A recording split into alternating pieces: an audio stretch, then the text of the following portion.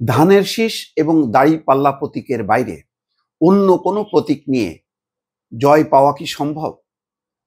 এটি নিয়ে কিন্তু এখন রাজনৈতিক অঙ্গনে আলোচনা হচ্ছে বা বলা যায় তোলপাড় হচ্ছে। বিষয়টা বুঝতে পারছে জামাত এবং বিএনপির বাইরের রাজনৈতিক দলগুলো। তারা রীতিমতো বিপদ দেখছে। নতুন যে আরপিও সংশোধন হলো তার ফলে বলা হলো যে কোনো দল যদি কোনো জোটে যায়, নির্বাচন করতে হবে নিজের প্রতীকে। এখন বাংলাদেশের মানুষের কাছে প্রধানত দুইটি প্রতীক পরিচিত: নৌকা, ধানের শীষ। তারপরের ধাপে হলো দাড়িপাল্লা। আগে এক সময় হারিকেন ছিল, সম্ভবত হারিকেন মুসলিম লীগ নাকি, হ্যাঁ এরকম একটা দলের ছিল, সেটা তো হারায় গেছে। সেই হারিকেন মার্কা আর নাই। যাই হোক, এখন বাস্তবতাটা হলো যে যেহেতু নৌকা নেই, সুতরাং ধানের শীষ, দাড়িপাল্লা। দাড়িপাল্লা একেবারে খুব পরিচিত, পপুলার হয়ে গেছে বিষয়টা তা না, তারপরে মানুষ জানে। এবং এটা জামাতের যেই রাজনৈতিক মানে সাংগঠনিক ভিত্তি, তাতে দাড়িপাল্লা চিনতে খুব একটা মানে বেগ পেতে হবে না। বা বলা যায় এবারই হয়তো দাড়িপাল্লাটা অতীতের যে কোনো নির্বাচনের থেকে একদম প্রধানভাবে সামনে চলে আসবে। কারণ জামাত ৩০০ আসনে প্রার্থী দিয়েছে এবং তারা যদি কোনো জোট না করে, সমঝোতা না করে, তাহলে ৩০০ আসনই করবে। আর যদি সমঝোতা হয় তাহলে সেক্ষেত্রে ২০০+ আসনে তারা নির্বাচন করবে। অতীতে কিন্তু কখনো এত বিপুল সংখ্যক আসনে জামাত মানে প্রতিদ্বন্দ্বিতা করেনি। এবারই তার প্রথম। এবং আরেকটা প্রথম হচ্ছে, এই প্রথম তাকে ধানের শীষকে মোকাবেলা করতে হচ্ছে, যে ধানের শীষ রীতিমতো প্রতিষ্ঠিত। নৌকার থেকেও ধানের শীষের ওজন অনেক বেশি বিগত দিনগুলোর রাজনীতির কারণে, সেটা জানেন যে গত 15 বছরে হাসিনা বিরোধী আন্দোলনের প্রধান ধারায় ছিল বিএনপি। সুতরাং বিএনপির একটা জনপ্রিয়তা আছে।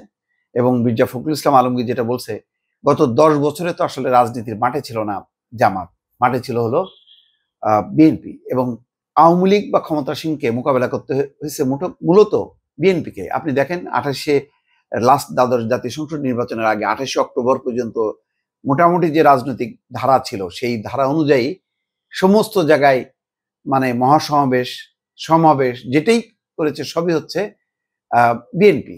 তার তুলনায় জামাত 28 অক্টোবরই একটা করেছিল, সেটা মানে বিএনপির কাছাকাছি একটি অবস্থানে, কিন্তু সেই অবস্থানের উপরে হাসিনার সরকার কোনো বাধা দেয়নি। যাই হোক, সেটা অন্য আলোচনা। এখন যেটা হলো, জোট করলেও ভোট করতে হবে নিজ দলের প্রতীকে। গণপ্রতিনিধিত্ব আদেশ সংশোধনের পর এখন বিধান এমনই দাঁড়িয়েছে, তাতে আগামী জাতীয় সংসদে 2-3টি দল কর্তৃত্ব করবে কিনা এমন প্রশ্ন দেখা দিয়েছে।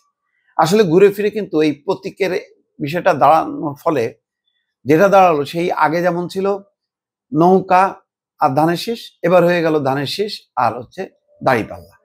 দুই প্রতীকের বাইরে কিন্তু নেই। এবং এখন পর্যন্ত এনসিপি ঠিক আছে, তারা শাপলা কলি পাইছে, এবং শাপলা কলি নিয়ে তারাও যদি একটা জোট করে, সেখানেও কিন্তু আবার সবাই যার যার প্রতীক নিয়ে, ফলে এত প্রতীকের ছড়াছড়ি হবে, মানুষের মাথার মধ্যে আর থাকবে না। মানুষ ঘুরে ফিরে কিন্তু তাহলে ওই ধানের শীষ আর দাড়িপাল্লা, তাহলে ধানের শীষ দাড়িপাল্লার বাইরে অন্যদেরকে অন্য প্রতীক নিয়ে মানে জয়যুক্ত হওয়া খুব কঠিন। হয়তো কিছু রাজনীতিক আছেন যারা খুব পরিচিত, যেমন এনসিপির কয়েকজন তরুণ নেতা হাসনাত আবদুল্লাহ বা নাহিদ ইসলাম, সার্জিস আলম, তারা, নাসিরুদ্দিন পাটোয়ারি, তাসটিফ, যারা এরা পরিচিত।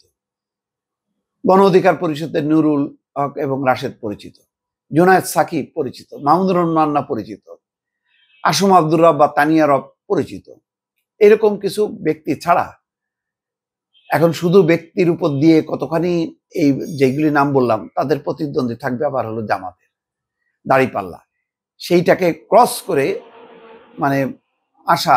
আর একটা জিনিস, এটা দোষ গুণ যাই বলি না কেন, আওয়ামী লীগ এবং বিএনপির যারা সমর্থক, শুভাকাঙ্ক্ষী, তাদের মধ্যে একটা প্রবণতা হলো, তারা তাদের দলের বাইরে যতই জোট করা হোক না কেন অন্য কাউকে ভোট দিতে আসে না।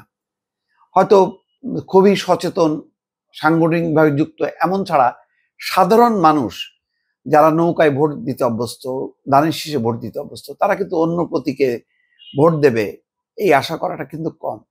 সেই জায়গায় ক্যাডার ভিত্তিক দল হিসেবে জামাত কিন্তু সেই সুবিধাটা পাবে যে তাদের যেই অঞ্চলে 10,000, 15,000, 20,000 আছে তারা কিন্তু সবাই যে সেখানেই ভোট দেবে। তো এটা একটা কঠিন পরিস্থিতি হয়ে গেল।